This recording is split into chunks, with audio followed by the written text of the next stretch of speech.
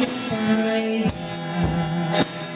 Ngunit ang katotohanan, wala ka rin magagawa.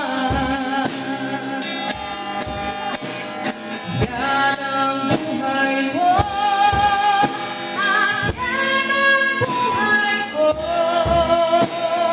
Buhay na ipinagkaloob ng Diyos sa'yo. Siya ang nagbigay at siya lang may karapatan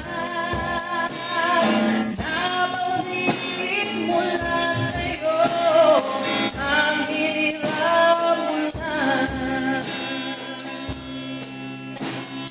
Ibig mo mang magtampo, hindi siya susuko.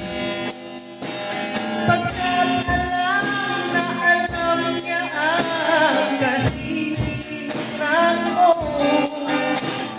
Kung hindi ka sa langit, saan ka patungo?